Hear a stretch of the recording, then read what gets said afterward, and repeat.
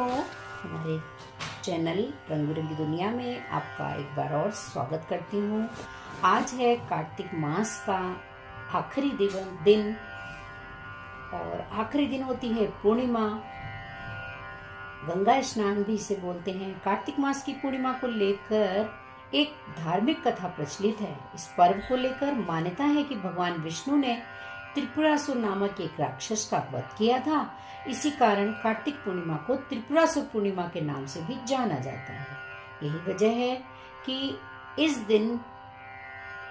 दिन को विशेष रूप से देव दिवाली के रूप में भी मनाया जाता है। आइए जानते हैं कार्तिक पूर्णिमा के दिन होने वाली कुछ खास बातें। कार्तिक पूर्णिमा पर पवित्र नदी में स्नान करना बहुत ज्यादा शुभ माना जाता है। धार्मिक ग्रंथों के अनुसार कार्तिक पूर्णिमा के इस पावन पर्व पर पवित्र नदी में स्नान और दीपदान का विशेष महत्व है। मान्यता है कि इस दिन उचित समय पर नदी में स्नान करने से व्यक्ति के सभी पाप कट जाते हैं और उसके घर सुख शांति का आगमन होता है। कार्तिक मास की पूर्णिमा के इस पवित्र दिन पर जरूरतमंदों को दान करना और भूखे लोगों को भोजन कराने की परंपरा है। कार्तिक मास भगवान विष्णु को विशेष प्रिय है। बार 30 वर्षों के बाद ऐसा शुभ योग बन रहा है। कार्तिक पूर्णिमा के शुभ अवसर पर चंद्रमा और मंगल दोनों एक दूसरे की राशि में बदलेंगे, जिसके बाद एक विशेष योग का निर्माण होगा। दोनों ग्रहों में परिवर्तन होने के बाद एक दूसरे की राशि में स्थित रहेंगे। कार्तिक पूर्णिमा की रात को गज केसरी राजयोग बन रहा है। इसके अलावा बुधादित्य राजयोग भी इस दिन रहेगा।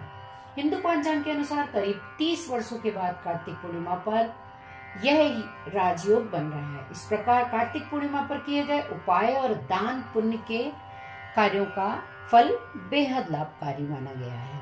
विष्णु को विशेष रूप से प्रिय है और कार्तिक पूर्णिमा का दिन भगवान शिव को समर्पित होता है। इस दिन भगवान शिव विष्णु और माता लक्ष्मी की पूजा से जीवन में समृद्धि, सुख और शांति प्राप्त होती है। इसी दिन मत्स्य अवतार में भगवान विष्णु करते हैं जल में निवास। कार्तिक मास की पूर्णिमा को लेकर एक धार्मिक कथा यह भी प्रचलित है कि इस पर्व को लेकर मान्यता है कि भगवान शिव ने त्रिपुरासुर नामक एक राक्षस का वध किया था। इसी कारण कार्तिक पूर्णिमा को त्रिपुरासुर पूर्णिमा के नाम से भी जाना जाता है।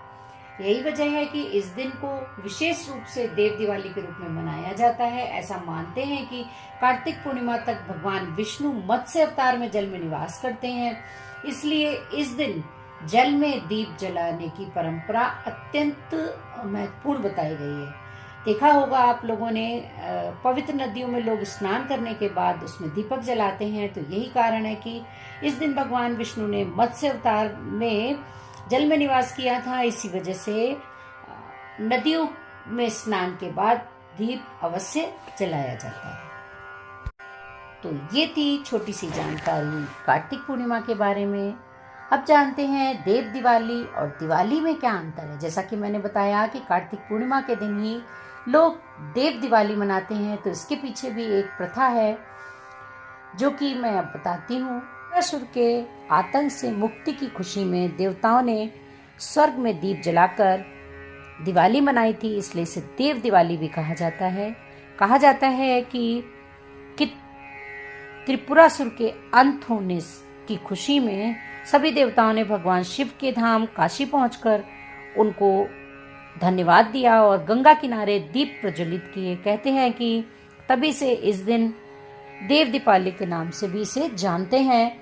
काशी में देव दिवाली बहुत धूमधाम से मनाई जाती है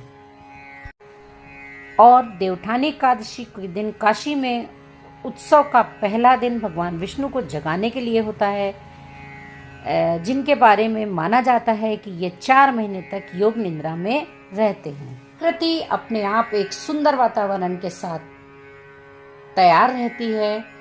मानव जगत देवी देवताओं के स्वागत के लिए तैयार होते हैं। देव दीपावली का स्वर्गीय उत्सव दिवाली के 15 दिन बाद शुरू हो जाता है। कार्तिक के इन 5 दिनों के अनुष्ठानों को सामूहिक रूप से भीष्म पंचक व्रत भी कहा जाता है। में अनुष्ठान मंत्रों की गूंज होती है और घरों और सार्वजनिक स्थानों पर स्थानीय धार्मिक गीतों के साथ जीवंतता आती है, जिसमें देवी देवता एक एक करके विष्णु के पास जाते हैं। देवी तुलसी या वृंदा का अपने आराध्य देवता भगवान विष्णु के साथ मिलन भक्ति का उत्सव मनाने का अवसर है। स्थानीय रूप से विष्णु और तुलसी के विवाह को शालिग्राम के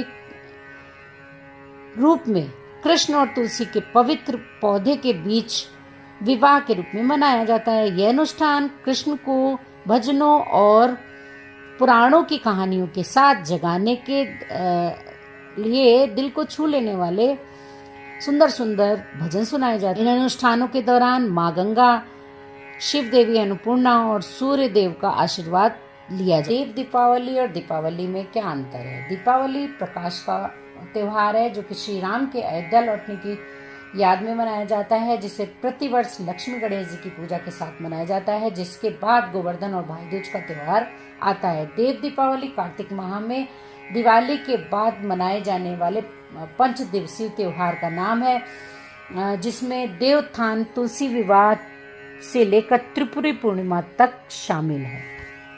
देव दीपावली वाराणसी और काशी में बहुत जोर शोर से मनाई जाती है। एक अद्भुत उत्साह का और भक्ति भाव का दृश्य रहता है।